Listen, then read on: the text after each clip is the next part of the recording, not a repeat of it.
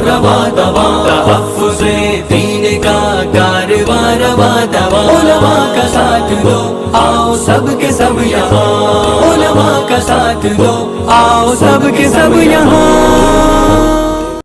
الحمد للہ وکفی وسلام علی عبادہ الذین اصطفی، اما بعد فاعوذ باللہ من الشیطان الرجیم، بسم اللہ الرحمن الرحیم۔ لقد كان لكم في رسول الله أسوة حسنة لمن كان يرجو الله واليوم الآخر وذكر الله كثيرا۔ وقال النبي صلى الله تعالى عليه وسلم: التاجر الصدوق الأمين مع النبيين والصديقين والشهداء والصالحين، أو كما قال عليه الصلاة والسلام۔ رب اشرح لي صدري ويسر لي أمري واحلل عقدة من لساني يفقهوا قولي۔ اللهم صل على سيدنا محمد وعلى آل سيدنا محمد وبارك وسلم۔ میرے محترم بزرگوں، بھائیوں، دوستوں، ملت اسلامیہ کے عظیم لوگوں، اللہ رب العزت والجلال کا بے انتہا احسان ہے، فضل ہے، شکر ہے کہ اللہ رب العزت نے ہمیں ایمان والا بنایا ہے۔ حضور اکرم صلی اللہ علیہ وسلم کو آخری نبی بنا کر ہمارے اندر مبعوث فرمایا ہے۔ آپ علیہ السلام کی زندگی کی ایک ایک چیز اپنانا ہر ایمان والے کے لیے، ہر اسلام والے کے لیے، ہر اس عقیدہ رکھنے والے آدمی کے لیے کہ اللہ ایک ہے اور حضور اکرم صلی اللہ علیہ وسلم آخری نبی ہے، آپ کی ایک ایک چیز کو اپنانا، آپ کی ایک ایک چیز کو سمجھنا، آپ کی ایک ایک چیز پر عمل کرنا نہایت ضروری ہے۔ کئی ہفتوں سے باتیں چل رہی ہیں، سیرت طیبہ بیان کی جاتی ہے، اور اگر انسان سیرت طیبہ کو اپنا لے تو وہ دنیا میں بھی کامیاب ہو جائے گا اور آخرت میں بھی کامیاب ہوگا۔ اللہ رب العزت قرآن کریم کے اندر یہ پیغام دیتے ہیں: لقد كان لكم في رسول الله أسوة حسنة، کہ تمہارے لیے رسول اللہ صلی اللہ علیہ وسلم کی زندگی میں بہترین نمونہ ہے، بہترین آئیڈیل آپ علیہ السلام کی زندگی ہے۔ اس لیے جو بھی آدمی اس کو اپنائے گا وہ دنیا میں بھی کامیاب ہوگا اور آخرت میں بھی کامیاب ہوگا، اور جو آدمی سیرت طیبہ کو چھوڑ کر اپنی منمانی زندگی گزارے گا تو اس کی زندگیوں سے چین و سکون کو دنیا میں بھی اٹھا لیا جائے گا اور آخرت میں تو اس کے لیے ذلت و رسوائی ہے ہی۔ بات چلتے چلتے یہاں پہنچی کہ حضور اکرم صلی اللہ علیہ وسلم نے اپنے چچا کے ساتھ تجارت کے قافلے کے لیے سفر کیا اور شام کی جانب سفر کیا، لیکن راستے میں مقام بصرہ پر جب پہنچے تو وہاں ایک راہب سے ملاقات ہوئی، اور اس نے آپ علیہ السلام کے اندر نبوت کی علامات دیکھ کر آپ کو پہچان لیا کہ یہ وہی آخری نبی ہیں جن کی نشانیاں سابقہ کتابوں میں بیان کی گئی ہیں اور پہلی کتابوں میں بیان کی گئی ہیں۔ اس نے آپ کے چچا کو قسمیں دی اور یہ کہا کہ آپ محمد ابن عبداللہ کو شام نہ لے جائیں ورنہ یہودی ان کو قتل کر دیں گے، رومی ان کو قتل کر دیں گے۔ بہرحال ابو طالب نے حضور اکرم صلی اللہ علیہ وسلم کو بصرہ سے ہی مکہ کے لیے واپس روانہ کر دیا۔ آپ علیہ السلام اس شان سے جوان ہوئے کہ آپ کی امانت و دیانت کا چرچا مکہ کے گھر گھر پہنچا، مکہ کی گلی گلی پہنچا اور مکہ کے کونے کونے گوشے گوشے میں پہنچا۔ آپ علیہ السلام نے بکریاں بھی چرائی۔ حضرت ابو ہریرہ رضی اللہ تعالی عنہ نے حضور اکرم صلی اللہ علیہ وسلم کا ارشاد نقل کیا ہے کہ آپ علیہ الصلوۃ والسلام نے فرمایا کہ کوئی نبی ایسا نہیں جس نے بکریاں نہ چرائی ہو، سارے انبیاء نے، سارے رسولوں نے بکریاں چرائی ہیں۔ پوچھا گیا یا رسول اللہ کیا آپ نے بھی بکریاں چرائی ہیں؟ حضور اکرم صلی اللہ علیہ وسلم نے فرمایا ہاں میں نے بھی بکریاں چرائی ہیں، قریش کی بکریوں کو چند قیرات پر میں چرایا کرتا تھا۔ آپ علیہ الصلوۃ والسلام نے اور سارے نبیوں نے بکریاں کیوں چرائی؟ اس میں ایک حکمت ہے اور غور سے سننے کی بات ہے۔ بکریاں جو ہوتی ہیں وہ نہایت کمزور ہوتی ہیں، اور چرواہا، چرانے والا نہ تو ان پہ زیادہ سختی کر سکتا ہے، نہ ان کے زور سے مار سکتا ہے، لیکن ان کی طبیعت میں شرارت بہت ہوتی ہے۔ بکریوں کی صفت یہ ہوتی ہے کہ وہ لیوڑ کے ساتھ ایک ساتھ نہیں چل سکتی، بلکہ ایک ادھر کو فدکے گی، ایک ادھر کو فدکے گی، ایک ادھر کو بدکے گی، ایک ادھر کو بدکے گی، چرواہے کو مکمل طور پہ پریشان کر کے رکھ دیتی ہیں۔ لیکن چرواہے کو غصہ بھی آتا ہے، لیکن مارے تو چرواہے کا ہی نقصان ہے۔ ٹھیک اسی طرح سے امت کا حال ہوتا ہے کہ ایک امتی کسی گناہ میں ملوث ہے، دوسرا امتی کسی گناہ میں ملوث ہے، تیسرا امتی کسی گناہ میں ملوث ہے، اور صحیح بات بتلائی جائے اس کو قبول کرنے کے بجائے، اس کو ماننے کے بجائے اور الٹی باتیں بتلا دیتا ہے۔ تو انبیاء علیہ الصلوۃ والسلام سے بکریاں اس لیے چروائی گئی، جس طرح چرواہے کے اندر برداشت کی صفت ہوتی ہے، تحمل کی صفت ہوتی ہے، انبیاء علیہ الصلوۃ والسلام کے اندر بھی وہ صفت اور زیادہ بڑھ جائے۔ ویسے تو انبیاء علیہ الصلوۃ والسلام ہوتے ہیں، تحمل کی صفت ہوتی ہے، برداشت کی صفت ہوتی ہے، لیکن تاکہ اس میں اور زیادہ اضافہ ہو جائے، اس لیے سارے انبیاء علیہ الصلوۃ والسلام نے بکریاں چرائی۔ جب آپ کی امانت و دیانت کا چرچا مکہ کے گھر گھر پہنچا تو یہ چرچا پہنچتے ام المؤمنین حضرت خدیجہ رضی اللہ تعالی عنہ کے یہاں بھی پہنچا۔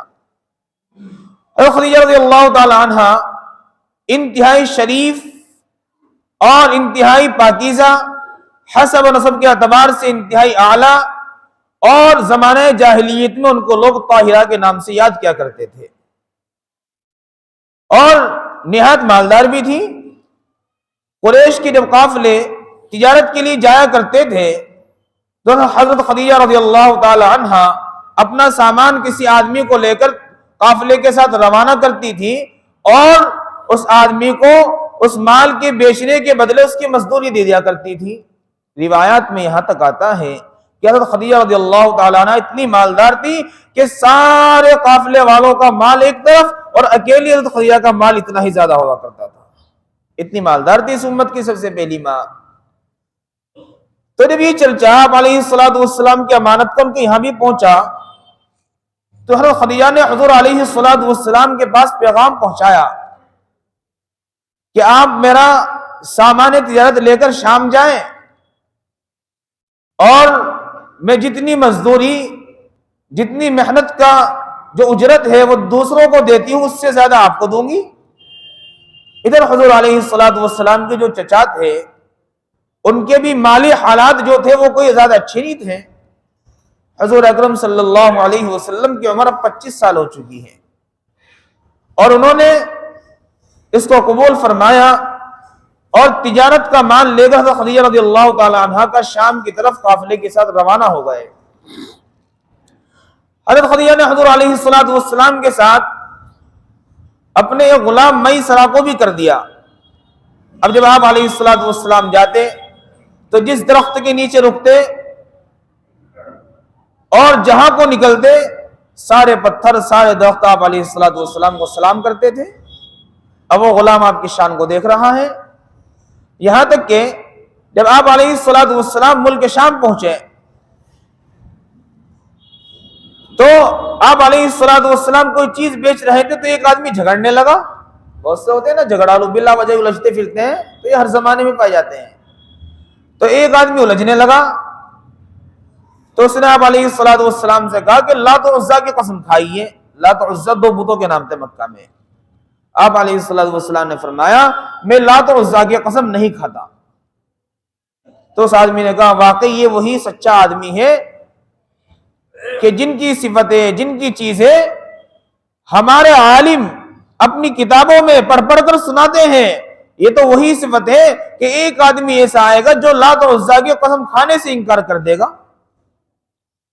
تو آپ علیہ السلام نے سامان سارا کا سارا بیچا، اور بیچنے کے بعد آپ علیہ السلام واپس مکہ مکرمہ آ گئے۔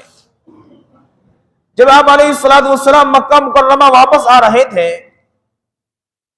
اور مکہ کے اندر داخل ہونے والے تھے، تو کیا لوگ دیکھتے ہیں کہ بادل آپ علیہ السلام پر سایہ کیے ہوئے ہیں۔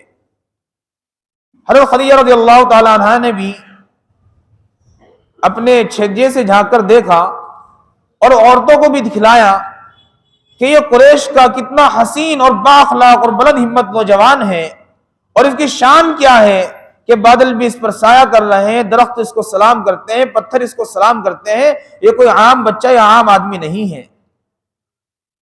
میرے حال آپ علیہ السلام وہاں آئے اور خدیجہ رضی اللہ تعالیٰ عنہ کو پورا حساب و کتاب بتلایا۔ روایات میں یہ آتا ہے کہ اس تجارت میں حضرت خدیجہ رضی اللہ تعالیٰ عنہ کو اتنا زیادہ منافع ہوا کہ اتنا پہلے کبھی نہیں ہوا تھا۔ اور کیوں نہ ہو، کالی کملی والا بیچنے والا، کالی کملی والا سامان لے جانے والا، اللہ رب العزت کی خاص توجہ، تو بہت زیادہ منافع ہوا۔ اور حضرت خدیجہ رضی اللہ تعالی عنہا نے بھی آپ علیہ السلام کو سب سے زیادہ اجرت دی، ڈبل اجرت دی۔ اتنی نہیں بیٹھتی تھی لیکن دی انہوں نے خوش ہو کر۔ تو آپ علیہ السلام کی زندگی سے ہمیں پیغام ملتا ہے کہ آپ علیہ السلام ایک اچھے تاجر بھی تھے، ایک اچھے کاروبار کرنے والے بھی تھے۔ اور یہ تو ایک واقعہ ہے، بہت ساری جگہ پہ سیرت کی کتابوں میں یہ چیزیں ملتی ہیں کہ آپ علیہ السلام نے مختلف مواقعوں پر مختلف جگہوں پر تجارت کی ہے۔ عبداللہ بن سائب تجارت میں آپ علیہ السلام کے پارٹنر تھے۔ تو کسی نے ان سے پوچھا کہ عبداللہ، آپ نے محمد ابن عبداللہ کو کیسا پایا؟ تو انہوں نے کہا میں نے ایسا پایا کہ ان جیسا ساتھی اب تک بھی نہیں پایا، صاف سچے، امانت دار، صاف بولنے والے، وعدہ کو پورا کرنے والے، سچ بولنے والے، میں نے اتنا اچھا ساتھی اب تک بھی نہیں پایا۔ تو حضور اکرم صلی اللہ علیہ وسلم ایک اچھے تاجر بھی تھے۔ اور جب آپ علیہ السلام نے مکہ سے مدینہ منورہ ہجرت فرمائی تو وہاں ایک بازار تھا، اس کا نام تھا قینقاع۔ اس پر یہودیوں کا قبضہ تھا۔ مسلمان وہاں تجارت کرنے کے لیے جایا کرتے تھے، لیکن یہودی ان سے اچھا سلوک نہیں کیا کرتے تھے، صحیح کام نہیں کرنے دیا کرتے تھے۔ صحابہ تو صحابہ تھے، صحابہ تو اسلام کے مطابق، اسلامی قوانین کے مطابق تجارت کیا کرتے تھے، لیکن یہودی نہیں مانتے تھے۔ تو آپ علیہ السلام نے مدینہ منورہ میں سوق المدینہ کے نام سے ایک بازار اور قائم کیا، جس کو کہہ لیجیے گا آپ مدینہ مارکیٹ کہہ لیجیے، مدینہ کا بازار کہہ لیجیے گا، سوق المدینہ کے نام سے ایک بازار اور قائم کیا آپ علیہ السلام نے۔ اور اس میں اعلان کیا کہ جو بھی آدمی اس بازار میں تجارت کرے گا وہ اسلامی قوانین کے مطابق کرے گا، شریعت مطہرہ کے مطابق کرے گا، اور اس پر کوئی تجارت کرنے کا کوئی ٹیکس نہیں ہوگا۔ تو آپ علیہ السلام نے مختلف طریقوں پر تجارت کی ہے، اور سب سے زیادہ تجارت کو پسند فرمایا ہے، کیونکہ تجارت کرنے والا آدمی بادشاہ ہوتا ہے۔ تاجر تو تاجر ہے، نوکری نوکری ہی ہے، چاہے وہ 3، 4، 5 لاکھ کی ہی کیوں نہ ہو، نوکری نوکری ہی ہے۔ اور تجارت تجارت ہی ہے۔ تجارت کا دوسرا نام ہے بادشاہت، اور نوکری کا دوسرا نام ہے غلامیت۔ تو آپ علیہ السلام نے تجارت فرمائی اور تجارت کو پسند فرمایا۔ اور ایک روایت میں آیا ہے حضور اکرم صلی اللہ علیہ وسلم نے فرمایا علیکم بالتجارہ فیہا 9 اعشار الرزق، کہ تم تجارت کو لازم پکڑو، کیونکہ تجارت میں اللہ رب العزت نے رزق کے 9 حصے رکھے ہیں۔ تجارت میں اللہ نے برکت رکھی ہے، تو ہر انسان کو تجارت کا مشغلہ اپنانا چاہیے، چاہے وہ چھوٹا ہی کیوں نہ ہو۔ کوئی آدمی ہے اگر وہ نوکری کر رہا ہے تو ٹائم ٹیبل کا پابند ہوگا، وہ چھٹی اپنی مرضی سے نہیں کر سکتا، کہیں اپنی مرضی سے نہیں جا سکتا۔ لیکن تاجر آدمی چاہے وہ پان ہی کیوں نہیں بیچ رہا ہے، وہ آزاد ہے، اور آزادی ایک بہت بڑی نعمت ہے، بہت بڑی نعمت ہے۔ تو تجارت میں اللہ رب العزت نے برکتیں رکھی ہیں۔ آج ہمارے نوجوان ویسے ہی پھرتے رہتے ہیں اور کہتے ہیں جی نوکری نہیں ملنی، نوکری نہیں ملنی۔ اللہ کی زمین بہت وسیع ہے، اور اللہ نے اس میں بہت اسباب پیدا کیے کرنے والوں کے لیے، اور نہ کرنے والوں کے لیے کچھ نہیں ہے۔ اس لیے ہمیں تجارت کا پیشہ اپنانا چاہیے۔ صحابہ اکرام نے تجارت کی، دوسرے انبیاء علیہم السلام نے تجارت کی ہے۔ صحابہ وہ تو اللہ کے نبی کے طریقوں پر چلتے تھے، اسی راستے پر چلتے تھے۔ واقعہ تو بہت مشہور ہے، لیکن سبق لینے کی ضرورت ہے۔ حضرت عبد الرحمن ابن عوف رضی اللہ تعالی عنہ جب مکہ سے مدینہ منورہ ہجرت فرمائی، اور حضور اکرم صلی اللہ علیہ وسلم نے صحابہ کے ساتھ مواخات کرائی، یعنی بھائی چارہ قائم کرایا، تو حضرت الرحمن ابن عوف رضی اللہ تعالی عنہ کا جن انصاری صحابی سے مواخات قائم کرائی گئی ان کا نام تھا سعد ابن ربیع۔ تو انہوں نے یہ کہا میرے بھائی عبد الرحمن، میرے پاس بہت زیادہ مال و دولت ہے، اس مال و دولت میں سے میں آدھا تم کو دے دوں گا اور آدھا اپنے پاس رکھ لوں گا۔ میرے پاس 2 بیویاں ہیں، ایک بیوی کو کسی کو آپ پسند کر لو، میں اس کو طلاق دے دوں گا، اور جو وہ عدت گزار لے گی، حلال ہو جائے گی، وہ آپ سے نکاح کر لے گی۔ لیکن عبد الرحمن ابن عوف کوئی عام آدمی نہیں تھے، صحبت رسول اللہ صلی اللہ علیہ وسلم اٹھائے ہوئے تھے۔ کیا پیارا جواب دیا، کہنے لگے لا حرج فی ذالک، مجھے اس کی کوئی ضرورت نہیں ہے، مجھے یہ بتاؤ کہ مدینے کے اندر کوئی بازار بھی ہے یا نہیں، مدینے کے اندر جہاں تجارت ہوتی ہے کوئی جگہ ہے یا نہیں؟ کہنے لگے ہاں جگہ تو ہے، قینقاع نام سے منڈی ہے۔ کہنے لگے مجھے وہ راستہ دکھاؤ۔ عبد الرحمن ابن عوف رضی اللہ تعالیٰ عنہ کو وہ راستہ مل گیا، اور وہاں وہ کچھ پنیر اور تھوڑا سا گھی لے کر گئے اور وہاں بیچ کر آئے، بیچتے رہے، زندگی گزرتی رہی، اور ایک وقت وہ آیا کہ وہ بہت بڑے مالدار صحابی ہوئے، بہت بڑے مالدار صحابی ہوئے۔ حضرت زبیر رضی اللہ تعالی عنہ تجارت کیا کرتے تھے، اللہ رب العزت نے اتنا نوازا کہ جب انتقال ہوا تو 4 کروڑ درہم اپنی ورثہ میں اپنے ترکے میں چھوڑ کر انتقال فرما گئے۔ یہ آج کی بات نہیں، آج کل تو 4 کروڑ ہم بہت سنتے ہیں، 4 کروڑ 3 کروڑ ہے، یہ اس زمانے کی بات ہے جب پیسہ دیکھنے میں نہیں آیا کرتا تھا۔ اس زمانے میں حضرت زبیر رضی اللہ تعالیٰ عنہ کا جب انتقال ہوا تو ان کے ورثہ میں جو ان کے وارثوں میں مال آیا ہے وہ 4 کروڑ درہم تھا۔ تو صحابہ نے تجارت کو اپنایا، انبیاء نے تجارت کو اپنایا تو برکتیں نازل ہوئی۔ اسی طرح حضرت عثمان غنی رضی اللہ تعالیٰ عنہ کپڑے کے تاجر تھے، ہزار اونٹ اللہ کے راستے میں صدقہ کر دیے، خرچ کر دیے۔ حضرت ابوبکر صدیق رضی اللہ تعالیٰ عنہ کپڑے کے تاجر تھے، تو جب ہی تو آدمی صدقہ کرے اس کی جیب میں کچھ ہوگا، اب کچھ ہے نہیں اور ویسی نہیں چلے گا نا کام، تو محنت کرنے کی ضرورت ہے۔ حضور علیہ السلام نے کر کے دکھلایا۔ اسلام صرف یہ نہیں ہے کہ مسجدوں میں آ کے نمازیں پڑھو، مسجدوں میں آ کے تسبیح گھماؤ، مسجدوں میں آ کے سجدہ کرو، نہیں، اسلام تو زندگی کے ہر شعبے پر آپ کی رہنمائی کرتا ہے۔ اسلام تو ایک مکمل مذہب ہے، ایک مکمل ضابطۂ حیات ہے۔ اسلام تو زندگی کے ہر موڑ پر، زندگی کے ہر موقع پر آپ کو راستہ بتلائے گا کہ آپ کو اب اس طرح سے چلنا ہے، آپ کو یہ کام کرنے ہیں۔ آج لوگوں نے اسلام یہی بنا لیا کہ جو آدمی مسجد میں آیا وہ بہت بڑا مسلمان، جو آدمی نمازیں پڑھ رہا ہے وہ بہت بڑا مسلمان۔ میرے بھائی نہیں، جو آدمی اسلامی قوانین کے مطابق تجارت کر رہا ہے وہ بھی بہت بڑا عبادت گزار ہے۔ جو آدمی جھوٹ سے بچ رہا ہے، خیانت سے بچ رہا ہے، دھوکہ دینے سے بچ رہا ہے، مکر و فریب سے مکاریوں سے بچ رہا ہے اور سچائی کے ساتھ بازاروں میں تجارت کر رہا ہے، وہ بھی ایک بہت بڑا داعی ہے، اسلام کی دعوت دے رہا ہے، اسلام کی دعوت کو پیش کر رہا ہے۔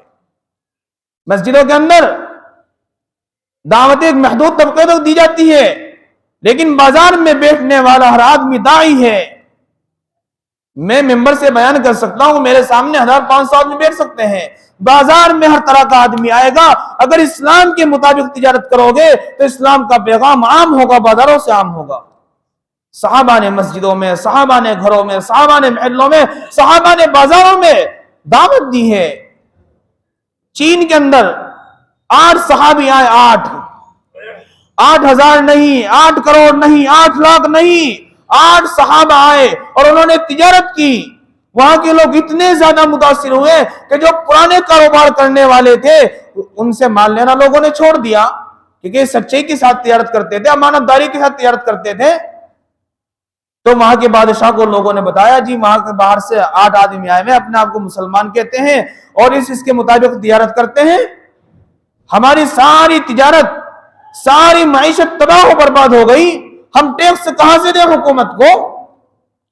تو بادشاہ نے 8 صحابہ کو بلایا چین کے اور یہ کہا، تم اس طرح کا کام کیوں کر رہے ہو، تم یہاں سے جاؤ۔ ملک کو بدل کرنے کی کوشش کی گئی، لیکن عوام ان 8 صحابہ کے ساتھ کھڑی ہو گئی، وہاں کی حکومت مجبور ہوئی اور ان کو تجارت کرنے کی اجازت دی گئی۔ وہاں ایک بہت بڑا طبقہ ایمان لایا اور آج چین کے اندر جو مسلمان پائے جاتے ہیں ان 8 صحابہ کی برکتیں ہیں۔ انہوں نے تجارت اسلامی قوانین کے مطابق کی، وہاں کے غیر ایمان والے اس اسلامی اصول سے اور اسلامی طریقے سے، اس اسلامی تجارت سے متاثر ہوئے اور انہوں نے ایمان کو قبول کیا۔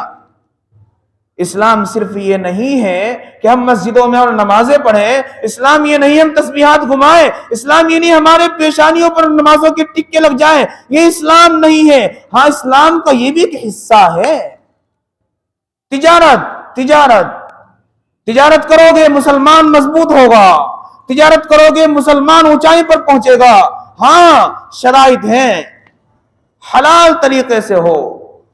اور تاجر کا مرتبہ، حضور اکرم صلی اللہ علیہ وسلم نے فرمایا، التاجر الصدوق الامین مع النبیین والصدیقین والشہداء والصالحین، کہ وہ تاجر جو اسلامی قوانین کے مطابق، اسلامی شریعت کے مطابق اپنی تجارت کر رہا ہے، کیا ہے اسلامی قوانین؟ سچ بولتا ہے، جھوٹ نہیں بولتا، سچ بولتا ہے، دھوکہ نہیں دیتا۔ یہاں تک کہ 10 روپے کی چیز لا رہا ہے اور یہ کہ میں تو 12 کی لایا ہی نہیں بیچتا، بلکہ سچ بولتا ہے۔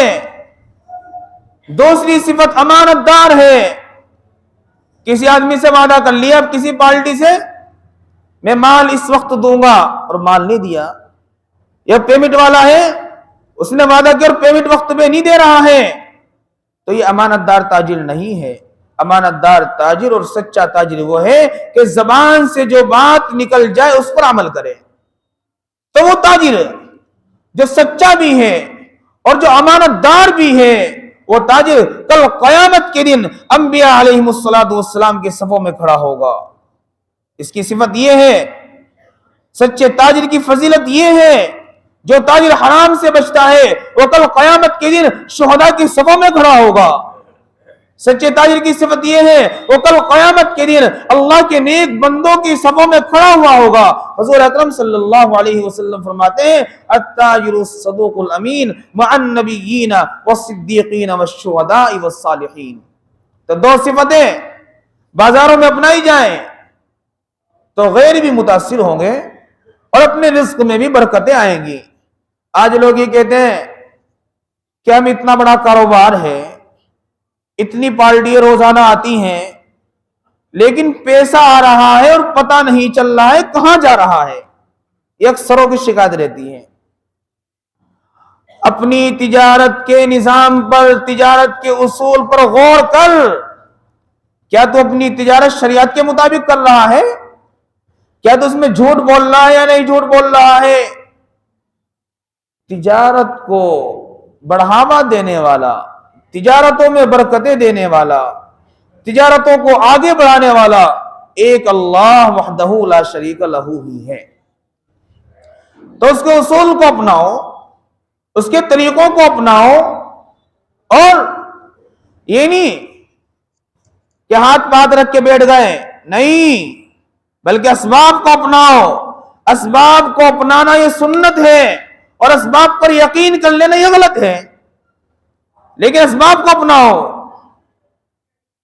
جو آدمی تجارت کر رہا ہے اسے چند چیزیں یاد رکھنی چاہیے.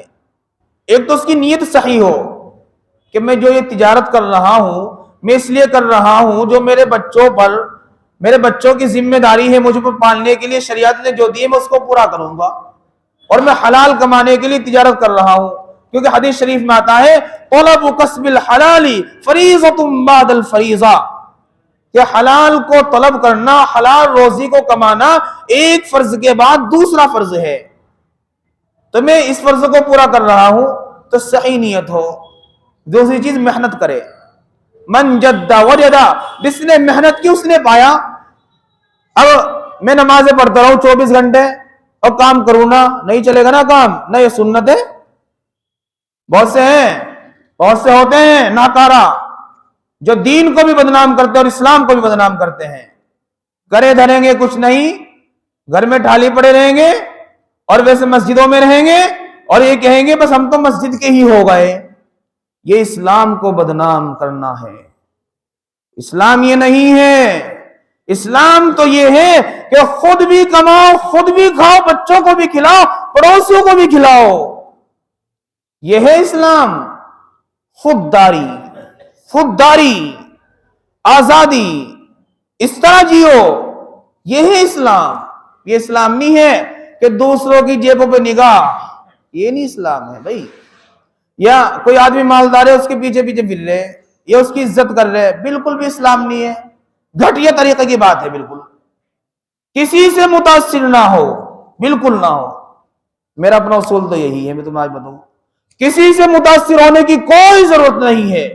خود بنو، خود کھڑے ہو اور اپنی تجارتوں کو اسلام کے مطابق کرو. رزق دینے والا اللہ ہے. حضرت عمر فاروق رضی اللہ تعالیٰ نے قول ہے کہ تم میں سے کوئی لیٹ کر دعا نہ کرنے لگے اے اللہ مجھے روزی دے دے، اللہ مجھے روزی دے دے. آسمانوں سے نہیں برستا رزق پانے کے لیے محنتیں کرنی پڑتی ہے. من جد وجدا، جس نے محنت کی اس نے پایا. تو نیت بھی صحیح ہو اور محنت بھی ہو. اور تیسری چیز ہے حقوق اللہ کی پاسداری بھی ہو. اللہ کا جو حق ہے اس کا خیال رکھیں. کیا ہے اللہ کا حق؟ ہم کوئی تجارت کر رہے ہیں، مؤذن نے اذان دی، نماز کا وقت ہو گیا، چھوڑ دو تجارت، چھوڑ دو پارٹی، میرے اللہ نے مجھے بلا لیا. پارٹی تو اسی نے بھیجی، سودا بھی وہی کرائے گا، برکتیں بھی وہی دے گا، تو چھوڑ دو پارٹی کو، میرے اللہ نے مجھے بلا لیا. وہاں محنت اور یہاں اللہ کو منانا. تو یہ 3 کام کرنے ہیں. تجارت کرو، صحیح نیت ہو. محنت کرو، خوب محنت کرو. تیسری چیز کیا ہے بھائی؟ اللہ کے حقوق کی پاسداری. اچھا، تجارت کے بڑے فضائل ہیں. یہ موضوع بیان کرنے کے لیے میں تقریباً 3 ہفتوں سے کوشش کر رہا ہوں مسلسل، لیکن اس دن باتوں کا نمبر ہی نہیں آ رہا تھا. جب ممبر پہ بیٹھتا ہوں تو مضمون اتنے سامنے آ جاتے ہیں اللہ رب العزت کی طرف سے کہ یہ کوشش یہ ہوتی ہے کیا بیان کروں. تو بیان وہی ہوتا ہے جو آپ لوگوں کو اور ہمیں ضرورت ہوتی ہے، جو اللہ ذہن میں ڈالتا ہے. مطالعہ کچھ ہوتا ہے اور بیان کچھ ہوتا ہے. آج 3را ہفتہ ہے. 3 ہفتے پہلے یہ چیزیں پڑھی گئی تھی کتابوں میں، مطالعہ کیا گیا تھا، آج آپ کے سامنے آئی. تو تجارت کرو، تجارت کو اپناؤ. کسی نے آدمی نے ڈگری حاصل کر لی، بہت اچھی بات ہے، پڑھنا چاہیے، بہت اچھی بات ہے، اچھی بات ہے، پڑھو، تعلیم یافتہ بنو. لیکن اس کی نوکری نہیں لگی، تب پھر رہا ٹھالی کیوں پھر رہا کہ میں انجینئر ہوں. مجھے بڑی شرم آتی ہے، لوگ کہیں گے کہ کیا نام انجینئر صاحب پان بیچ رہے. ارے میرے بھائی یہ تو بھول جا کہ لوگ کیا کہیں گے. اگر اس چکر میں رہا لوگ کیا کہیں گے تو گزار لی تو نے تو اپنی زندگی.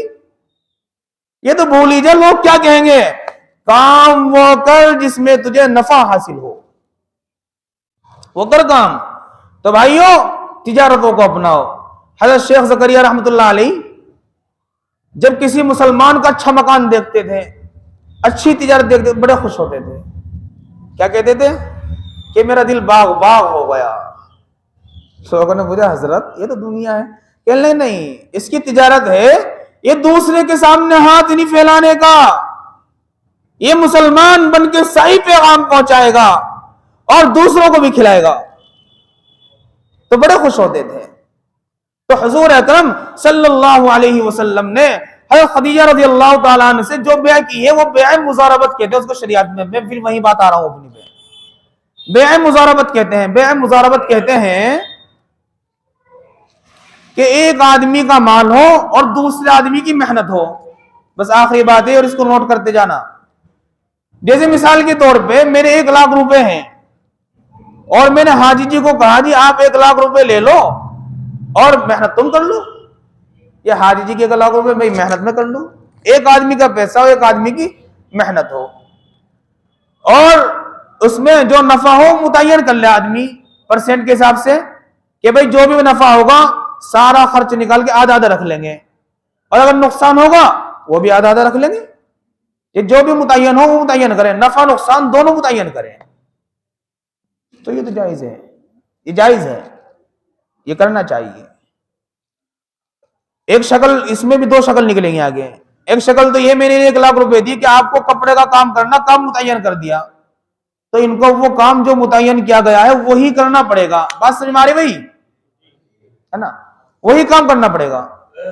اور دوسری چیز کیا ہے, میں نے 1 لاکھ روپے دیے, آپ جو چاہو کام کر لو اور اپنا معاملہ متعین کر لیا بھائی 20% 10% اور نفع نقصان میں دونوں شریک رہیں گے, تو یہ بھی جائز ہے. آپ علیہ الصلوۃ والسلام نے یہی فرمایا, بیع مزاربت بولتے ہیں اس کو. اچھا, ایک دوسری شکل جو ناجائز کی ہے وہ یہ ہے کہ میں نے 1 لاکھ روپے نہیں دیے اور بھئی کہ حاجی جی نفع ہو چاہے نقصان ہو وہ تمہارا, مجھے 5,000 روپے مہینے میں دیتے رہنا. تو یہ تو سود ہو گیا. کل قرض جر نفعا فهو ربا, ہر وہ قرض جس میں نفع کمایا جائے وہ سود ہے. تو یہی تو حرام ہے. آج کل یہ بہت زیادہ پایا جا رہا ہے. کیا کہتے ہیں کہ جی 5 لاکھ میرا لگا لو اور مجھے 10,000 روپے مہینہ دیتے رہنا, اور لوگ لے بھی لیتے ہیں. یہ منافع ہے, ناجائز ہے. بہتر ہے اسے کاروبار کرنے سے نہ کرے, آدمی بھوکا مر جائے, حرام کیوں کھاوے. اللہ تعالیٰ کی زمین بہت وسیع ہے, اسباب بھی بھرمار ہے, کرنے والوں کے لیے اور نہ کرنے والوں کے لیے کچھ نہیں ہے بھائی. تو کریں آدمی تجارت. انشاءاللہ آئندہ بات تو بہت بیان کرنے کی تھی, کاشتکاری کے تعلق سے بات تھی, ہنرمندی کے تعلق سے بات تھی, وقت تو پورا ہو گیا ہے. اللہ تعالیٰ مجھے بھی اور آپ کو بھی حلال کمانے کی توفیق عطا فرمائے. اللہ تعالیٰ حلال کھلائے, حرام سے بچائے. وآخر دعوانا الحمدللہ رب العالمین.